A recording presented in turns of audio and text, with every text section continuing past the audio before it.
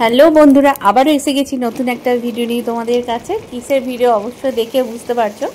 হ্যাঁ, অবশ্যই ঠিক ধরেছ।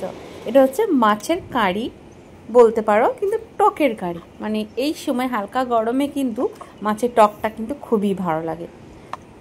আর সেটা তাও যদি হয় পুকুরে টাটকা ধরা মাছ, তাহলে তার কোনো কথাই নেই। তো পুকুরে টাটকা মাছ ধরে নিয়ে চলে এসেছিলাম, আর বাড়িতেই কিন্তু রেডি করব, কাটিংটা করব। আর কিভাবে কাটিং করব সেটাও তোমাদের সঙ্গে শেয়ার করব।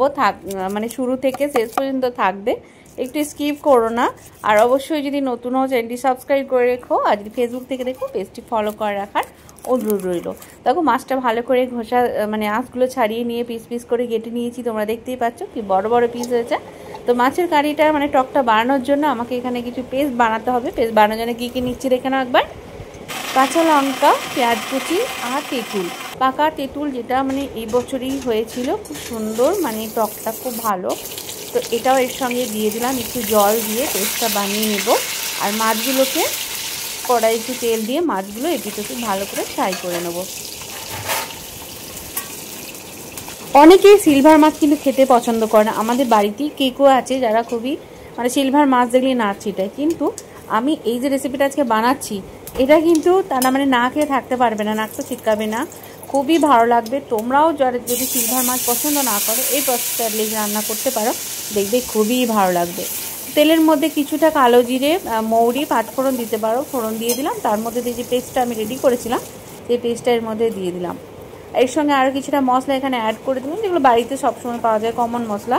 হলুদ গুঁড়ো, লঙ্কা গুঁড়ো, ধনে গুঁড়ো, জিরে গুঁড়ো সামান্য পরিমাণে দিয়ে দিয়েছি। আর এটা যেহেতু টক মানে তেঁতুল দেওয়া আছে, টক হবে, তো এর জন্যে একটু মিষ্টি ভাব আনার জন্য এখানে চিনি অ্যাড করব। তোমরা যদি মানে মিষ্টি পছন্দ না করো তাহলে এটা স্কিপ করতে পারো, বাট আমি একেবারেই টক খেতে পারি না, মানে টক মিষ্টি হলেই আমার খুব ভালো লাগে। তো সমগ্র মশলাগুলো মিশিয়ে একটা গ্রেভি তৈরি করে নিলাম। কিছুক্ষণ বয়েল হয়ে গেছে, ঘন হয়ে গেছে গ্রেভিটা। এর মধ্যে ভেজে রাখা মাছগুলোকে দিয়ে দিলাম, এই দেখো। তো এটাকে আরও কিছুক্ষণ মিডিয়াম টু লো ফ্লেমে এটা বয়েল করতে দেবো। তার আগে বলো, সিলভার মাছ তোমরা যদি পাও তাহলে তোমরা কীভাবে রান্না করো? মানে ঝাল ঝাল রান্না করো, না টক রান্না করো, না কি রান্না করো? আমাকে তো সিলভার মাছ এলেই কিন্তু এই টকটা রান্না করতে খুবই ভালো লাগে।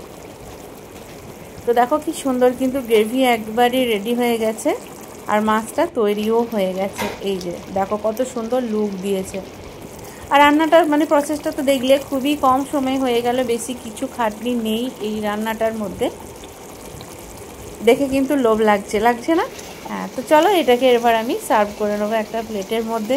আর অবশ্যই ট্রাই করতে তো আমি মানে ভুলবই না, ট্রাই তো করবই। দেখো অসাধারণ লুক দিয়েছে। তো চলো এটাকে গরম গরম ভাতের সঙ্গে পরিবেশন করা যাক আর খাওয়া যাক চেটে কেমন হয়েছে। এই দেখো নিয়ে নিয়েছি। ওহো, দারুণ লাগছে। এটাকে একটু ভেঙে নেব। আহা, দারুণ দারুণ। তো এটা গরম ভাতের সাথে আমি খেয়ে নেবো। তো বন্ধুরা আজ আসি, আবার দেখা হচ্ছে।